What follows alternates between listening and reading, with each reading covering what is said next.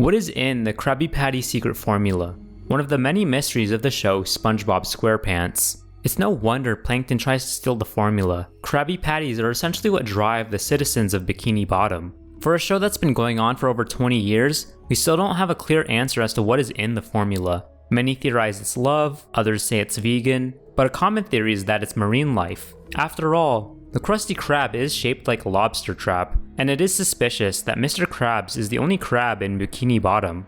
However, one particular SpongeBob horror comic gives their own headcanon as to what's in the formula, Soylent Pink by Stillinthesimulation. With a show as long-running as SpongeBob, it shouldn't be a surprise that people would change the yellow sponge through their own horror storytelling.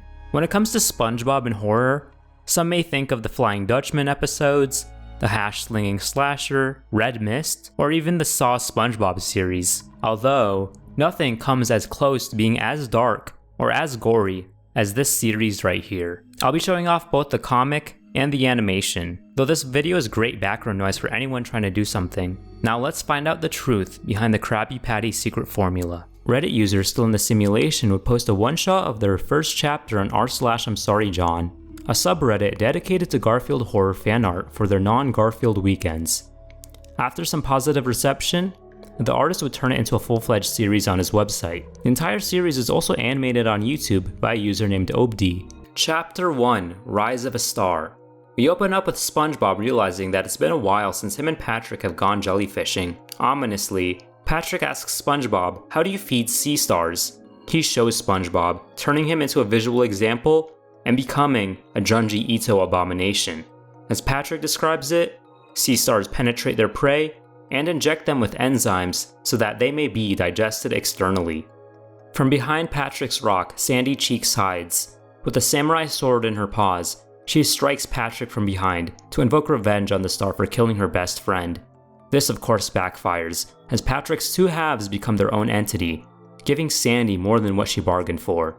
Sandy barges into the Krusty Krab and tells Mr. Krabs about the news, and demands him to start sealing up the restaurant. Of course, Mr. Krabs, being the greedy boss that he is more concerned about SpongeBob not showing up to work and him losing business. With the establishment all sealed up, they decide to wait. Mr. Krabs asks about why they didn't go somewhere surrounded by windows, only to be interrupted by a noise. One of Patrick's arms breaks through, and Sandy just assumes he's just trying to get a feel for the place. But to her dismay, Patrick's arm has an eye. Sandy tries going for her signature karate chop, only to be dragged out. Let this next piece of dialogue speak for itself. "You're next, Krabs." Wait, please! This is insane! That's just evil! No. This is Patrick! Already on the first chapter, not only do we lose our titular character, we also see this new version of Patrick. Now he's no longer the comedic relief we all know and love. He is now a creature straight out of H.P. Lovecraft's work. With abilities like super strength, regeneration, and duplication, it makes you wonder, how can we defeat this thing? We just have to see what happens to Eugene and Sandy next. Chapter 2: Vengeance and Blood. The Crab and the Star have a standoff where Mr. Krabs then turns into a more primal form and cuts off Patrick's head. Patrick has this piece of dialogue to say, "I haven't forgotten, Krabs. Your Krabby Patty secret formula is me. You stole a piece of me all those years ago, and we want it back." We get a flashback of Patrick's arm being sawed off and Mr. Krabs walking away with his arm. In the battle sequence, we see Mr. Krabs in shock as multiple Patrick clones emerge and subdues him. We find out that not only can Patrick regenerate his limbs, but his limbs become entirely new sea stars. Mr. Krabs saw this as the perfect opportunity as he stares down a newly born star, saying, "You're gonna make me so much money." When that star finished growing, he's forced to be in a contraption, where he is constantly getting his limbs sliced off to make more patties.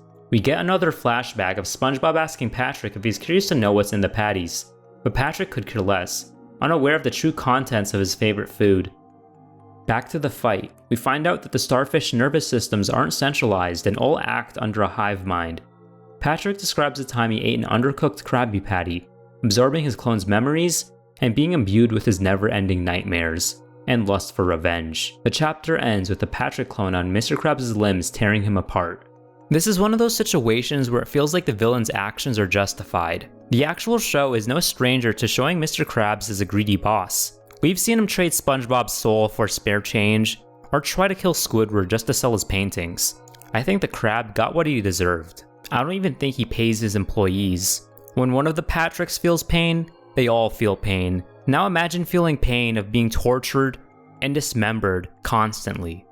I know we got our answer as to what's in the formula, but now we have to deal with this new threat. Chapter 3, A Turning Tide. You get a flashback of Sandy back at her dome with Patrick trying to break in, which Sandy just sees as his usual stupid hijinks. Back to the present, Patrick attempts to impale Sandy's bowl, just to get shot with her pistol. That line right there, absolute cinema. The prequels could never. I feel like Nickelodeon should let Sandy portray her Second Amendment rights more. I know it's a kid's cartoon, but she could use at least like a space laser or like a water blaster. We cut back to even more Patrick clones consuming various citizens of Bikini Bottom. Sandy feels overwhelmed, and then we get a poem from a familiar face. Squidward pops in, appearing more muscular and now donning a headband and his clarinet. Sandy feels relieved to see the squid, but is very much hopeless, as she mentions how bullets only slow down the Pats. Squidward mentions how Patrick has a weakness and plays his clarinet, causing all the clones to fall asleep. If you didn't know, this is a reference to the episode where Patrick stays at Squidward's house. Squidward tries to demonstrate his clarinet skills, and Patrick appears excited at first, only to fall asleep instantly. Squidward rips out the Patrick's brain, and has this to say. "He won't mind me taking this. He never used it." This chapter really emphasizes the badassery of both Squidward and Sandy. I'm honestly tired of seeing Squidward get tortured every other episode, so it's good to see him in some kind of positive light. That bandana makes me want to call him Solid Squid. Yeah, Solid Squid, I think I'll stick to that. Chapter 4, Return to the Krusty Krab. Like the chapter title mentions, they both return to the Krusty Krab, but are at odds regarding coming back. They see Mr. Krabs, still alive but limbless. Krabs reveals he ate a raw Krabby Patty, and soon after, a Patrick clone bursts through his chest, giving a very obvious alien reference. Patrick appears out of the back and has a standoff with Solid Squid. Squidward tries playing his clarinet again, only to be insulted about his lack of skill, but also for Patrick to become resilient to Squid's playing. Pat evolves and Sandy aims her gun, but before she can do anything, Pat knocks out Squid with his own clarinet, breaking it.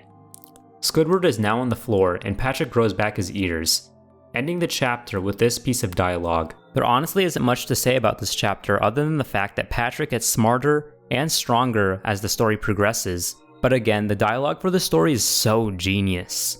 I don't think anything's beating Squidward and Patrick having a standoff while talking about music theory. Chapter 5, Desperate Times. The duo is surrounded by Patrick clones. Sandy plans to run, but as Squidward recovers, he begins to doubt himself after hearing Patrick's insults. Squidward has shown more character in those few lines of dialogue than he has in the entire second half of the show. Sandy gives Squidward words of encouragement. Patrick clones then begin to pull Sandy apart, but with tears in his eyes, Squidward's entire demeanor and appearance changes. A new form emerges. Squidward is now a beast, and kills multiple Patrick clones. I think it's very clear that this is both an Attack on Titan reference and a Dragon Ball reference in one. A Patrick clone is thrown out the restaurant and Squidward pops right through the roof. Squid puts his beak on display, decapitating the Patrick clone. Welcome to the macro ecosystem. Holy shit, top 10 hardest quotes right there. Sandy watches from a distance and notices the chestburster Patrick that killed Krabs. Sandy tries to kill it, but the chapter ends with Plankton blocking her shot and insisting she pays attention to where the chestburster is heading. Just everything about this story is just so perfect right now. The way they end each chapter is so perfect too. It always ends on a cliffhanger and you want to know what happens next each time. Chapter 6. Now we're in the man cave and we see our favorite duo of Mermaid Man and Barnacle Boy. Barnacle Boy senses evil lurking, but Mermaid Man denies this. It's then revealed a Patrick clone was on Mermaid Man's face the whole time, and just rips out his flesh. Wow, that is graphic. Just look at the horror in Barnacle Boy's face. Back at the Krusty Krab, Sandy displays her anger and disbelief at Plankton, as she believes that he is behind the whole operation. Plankton denies this, and says it's even more diabolical than anything he's ever done. We get to the place where the patties are being made, and we find out the patties have to be frozen right away, otherwise they'd regenerate. Plankton talks about his ambition to find the formula, only to wish he never knew the truth. Sandy is confused before we get a new expression in her face. She monologues, not in the suit, before throwing up. A cult of the stars is performing a ritual around a pit and chanting "Leedle, Leedle, Leedle," the same chant used at the Flying Dutchman's ship. The chestburster Pat talks with the other clones announcing his return, but the cult members insists he feeds more. A thick Patrick clone steps out of a cave and talks about how he's absorbed many and will feed the tortured one, which we'll assume is the Patrick clone that's been used for making patties. The cult members explain how Squidward's new form can't stop them, and we get a scene of the Queso Patrick jumping into a pit. We end the chapter with this line: "The one become many, and the many become one. Rejoice." The author puts a caption below the panel saying, "The mystery grows." Having the Patricks be in a cult just makes so much sense. To those of you wondering what's going on, just keep watching, because we're diving in deeper. No pun intended. Cult members know of Sandy and Plankton's presence, and a Pat clone sneaks behind them and pushes the two. A cult member absorbs Sandy's gun and picks up Sandy by the helmet to show her the horrors. We get a cosmic cloud in the pit, and SpongeBob's ghostly face begins to come through.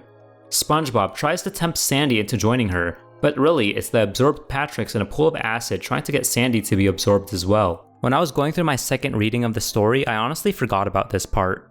Everything about this chapter is just so beautiful, but in a terrifying way. The design of the Patricks melting in the acid is just so discomforting. It's giving off that triophobia vibe, if you know what I'm talking about. Does Sandy become a part of the pit? We'll find out next chapter. Chapter 8, Wrath and Friendship. Squidward is still fighting the Patrick clones as we get a quick Pinhead Larry throwaway gag. Squidward calls Patrick out on his cruelty, and Patrick points out Squidward's hypocrisy. As Patrick begins to talk about the formula, Squidward never actually knew what was in the formula, as it's something that Krabs never revealed to anyone and died hiding. Patrick's demeanor changes, and as a wave of clones tries to overwhelm Squid, Patrick yells, "What have I done?" A barbell flies through the air. Larry emerges and provides his assistance. Larry pokes fun at Squidward, talking about how he survived for quite a bit, and calls out Squidward for his lack of appearances at the gym. The Patrick clone from earlier hides behind a rock with a sad expression on his face. Larry points out how the clones are heading towards the Krusty Krab. Squidward then remembers Sandy's in there. I think it's great to have Larry pop in, because he's my second favorite SpongeBob character. Number 1 is, of course, the Flying Dutchman. We're getting a sense of hope regarding the future of this story. Not only are Squidward and Larry just defeating all these Patricks, it seems like the Patricks are also having a change of heart. Or at least a Patrick is having a change of heart. Chapter 9, Escape. We continue with SpongeBob still tempting the squirrel. Sandy leaks for a bit, apologizes to SpongeBob, and throws the nearest cult member into a pit. Sandy shows off her karate form, ready to take on the stars, but is stopped by various hands summoned by a cult. However, the hands only undress her. That sounded weird. Without the suit, Sandy runs away, wondering where the hands are coming from. The final panel shows Squidward and Larry swimming towards the restaurant. The hands remind me a lot of the dead hands from Zelda, or the hands from that demon YouTube video. Chapter 10, The Tortured One. Larry throws a dumbbell at Patrick's head as Sandy tries to escape. The seafloor gets affected by an earthquake. Sandy tries to warn the two about what's going on, but one of Star's giant sides land on Larry. Larry tries to lift it. He gets torn apart and absorbed into the Tortured One. We get a caption saying, "The Tortured One has risen." As a panel displays the Tortured One's immense size in comparison to Squidward, the Krusty Krab is now just a massive crater.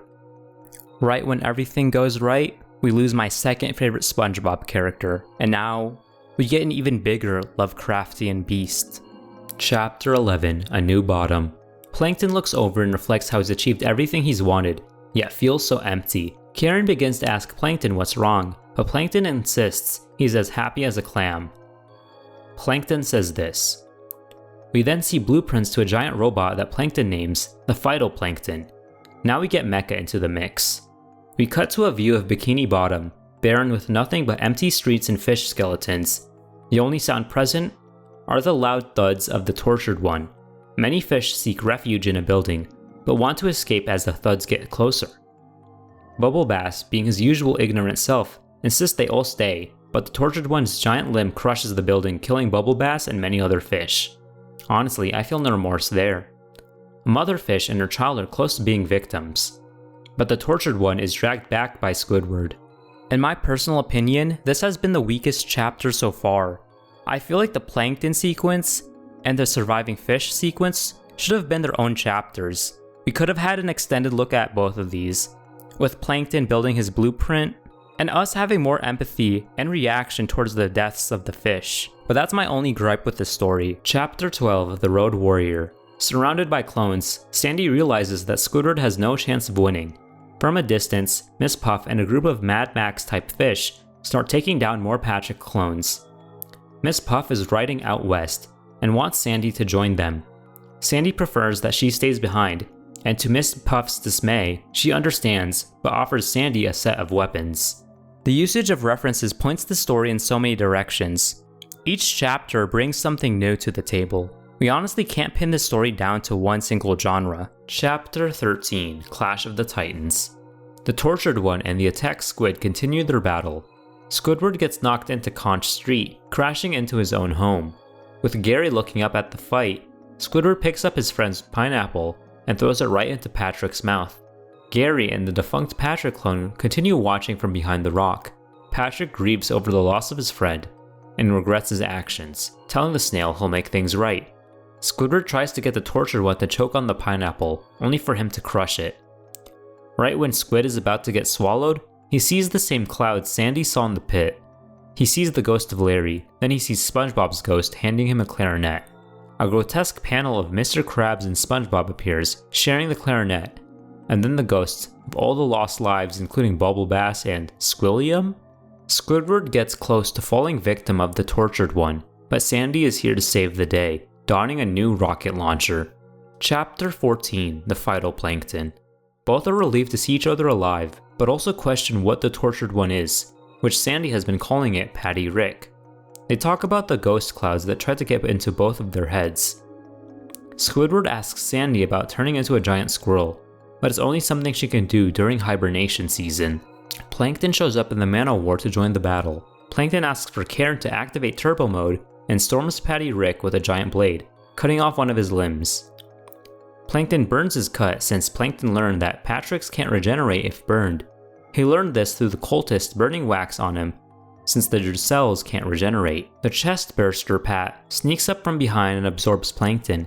Plankton says his goodbyes to Karen, and Sandy tries to see what's going on through the sniper scope, just to watch the horrors. With a sad look on her face, she shoots through the chest burster. Karen has no control over the bot, so she insists that both Sandy and Squidward push her into the arm in order to self-destruct. Sandy wishes there was another way, but Karen explains there is no other way. Squidward pushes the robot into Patrick, and the robot slowly gets absorbed. Sandy shoots off Squidward's leg as it's stuck, and the two escape, with the giant robot exploding. Wow, I honestly don't know what to say about this chapter, other than the fact that we lost some really good characters. Chapter 15, Blown Up. Referencing Logan, Squidward is impaled through the Krusty Krab sign. Sandy's helmet starts to crack, and Squidward tells her to run away. As she guns down more clones, Squidward takes a piece of coral and blows a bubble so that Sandy can escape. Dude, I swear to God, they always make it seem like Squidward is about to die. Chapter 16, Memories. We get a flashback of Squidward getting annoyed by SpongeBob, till we get a part of Patrick visiting Squidward's house to try and eat him. Squidward leaves in time but sees the remains of SpongeBob. Using his tie as the bandana he wore earlier, Squidward gets covered in clones as he's being slowly eaten alive. But the defunct Pat expresses his anger towards the giant star, explaining how he was lied to about the rest of the cast being in on the formula, and saying they do not deserve to be punished. Patty Rick responds with this: Because they never asked! Squidward pulls the sign out of his heart. The reason he survived is because squids have 3 hearts. He looks down, and the giant star is about to crush Patrick, only to be stopped by none other than SpongeBob. Imagine if SpongeBob was like, "We are SpongeBob SquarePants, battle for Bikini Bottom." Chapter 17, Power of Porifera. Sponges can regenerate themselves through a single cell, and SpongeBob has slowly been growing on the defunct Pat. Since the Patricks have been duplicating, So have the other Spongebob cells. Spongebob sings the fun song but in a dark and twisted version. Spongebob now has become one hideous kaiju and absorbs as many Patrick clones as possible. I thought we were done with the disturbing visuals, but this Spongebob one takes the cake. The defunct Pat apologizes and Spongebob accepts this, but faces his anger towards the tortured one. The two giants begin to clash, and Bob tells Squid to start a fire, Patrick's weakness. Chapter 18. Sandy is on the surface, angry at herself. All of a sudden, Barnacle Boy arrives in the invisible boatmobile. Barnacle Boy is out for revenge, since the stars killed Mermaid Man. Since Sandy's helmet broke, Barnacle Boy gives Sandy Mermaid Man's starfish mask to help her breathe underwater. Chapter 19, All Out. With the two titans still at it, Patrick asks how they're supposed to start a fire, but Squidward responds with, "But now physics matter?" I think it's a clear reference to all the times fires have been started underwater throughout the show. Squidward and Patrick plan to break off Mount Bikini Bottom and use it against Patty Rick. Patty Rick rips off SpongeBob's face, while Squidward struggles to break the volcano. Barnacle Boy and Sandy arrive at the scene with biker warriors and a new drill they got from an oil rig. Squidward and Sandy have a moment before Miss Puff interrupts. Miss Puff doesn't want to sacrifice her gang, so Barnacle Boy decides to take the wheel. Patty Rick's stomach pops out and ends the chapter with him absorbing SpongeBob. Chapter 20, Krakatoa. The title is in reference to the episode where the cast gets powers, and Squidward gets the volcano head. Squidward and Sandy charge as Barnacle Boy drills deep into the volcano, burning him to death. The volcano erupts, and Squidward shoots ink right at SpongeBob. Sandy wrestles with the giant star, but SpongeBob starts to melt away. SpongeBob's mortal form goes face to face with the inner core of the tortured one. Okay, this is very much a homage to Eren Yeager in The Founding Titan. SpongeBob gets covered in hooks, slowly getting torn apart. SpongeBob yells for Gary, who's actually on the tortured one's back. Then Gary bites the Patrick. The defunct Patrick picks up Gary with a needle and pops the stomach of the tortured one. Chapter 21, Bittersweet Victory. That's the perfect name for the final chapter. I think I'll just play the animation for this part. You really need to enjoy this scene. What? Gary? He popped the stomach. It's deflating. Of course. Triton snails predate on sea stars. Gary must be your relative. Okay, I knocked him off balance. Now let's fire up the grill. Sandy, wait! I can still save SpongeBob. There you are. Come on, you big pain in the mantle. We need our fry cook.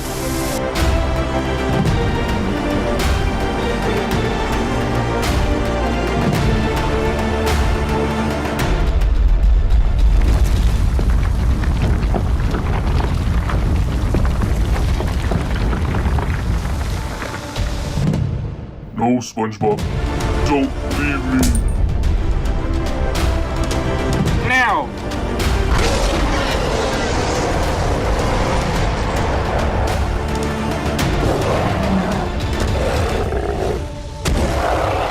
I'm sorry, Patrick. Him, the almighty power, hurled headlong flaming from the ethereal sea with hideous ruin and combustion down to bottomless perdition. There 'tis well in adamantium chains and penal fire, who durst defy the omnipotent to arms. After saving each other, we get a final embrace between all the surviving main characters. Now the story isn't over yet, as we still have a 3-part epilogue. We fast forward a month after the conclusion of our story. Bikini Bottom has become a wasteland, with many trying to rebuild their lives and others moving on. We cut to Patrick in front of a memorial dedicated to the lives his clones have taken. Mr. Krabs' adopted daughter is in a lot of grief and anger.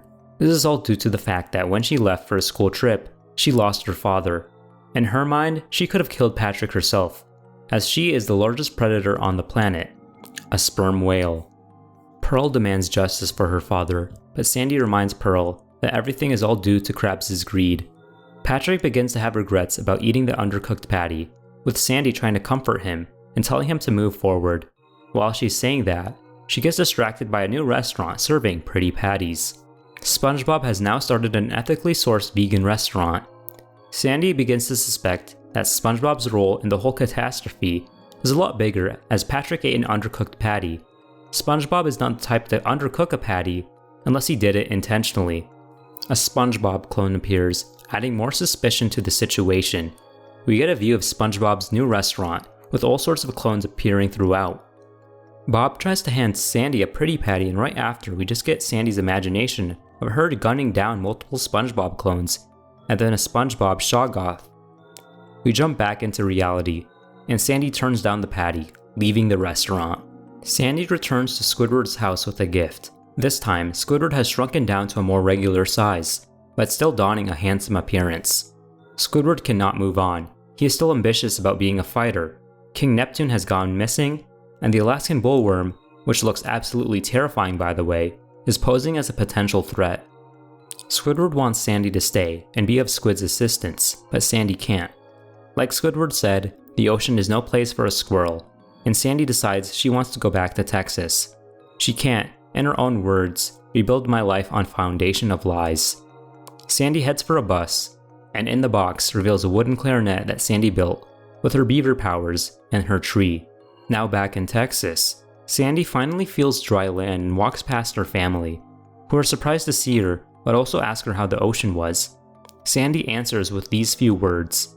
Sandy is traumatized by the amount of cosmic horror and collateral damage she witnessed. And now, we're truly finished with Soylent Pink. Can the camera stop turning off by itself? Maybe we'll find out next time on this episode of Dragon Ball Z. This has honestly been a great read. Still in the Simulation has done a great job portraying all kinds of emotions, from fear to excitement and just a straight up horror. And all kinds of horror, I mind you. We get triophobia, megalophobia, and just straight up body horror. This comic really shows where you can take the world of SpongeBob. At the same time, through references, the artist expands and creates his own ideas. Right now, Still in the Simulation is currently working on a sequel to this series that he is premiering on Patreon. They also have some other comics too, including Pumpkin Man and a dinosaur comic series that's being released on Patreon. In terms of Obdi, their channel seems to be primarily the anime, but they do have some other parody animations as well. Overall, this has been a great read, and I really hope you guys enjoyed the video too. If you did, feel free to drop a like, comment down your thoughts and any topics I should discuss, and subscribe if you want to see more videos like this. Take care of yourselves, and as always, have yourselves a damn good one.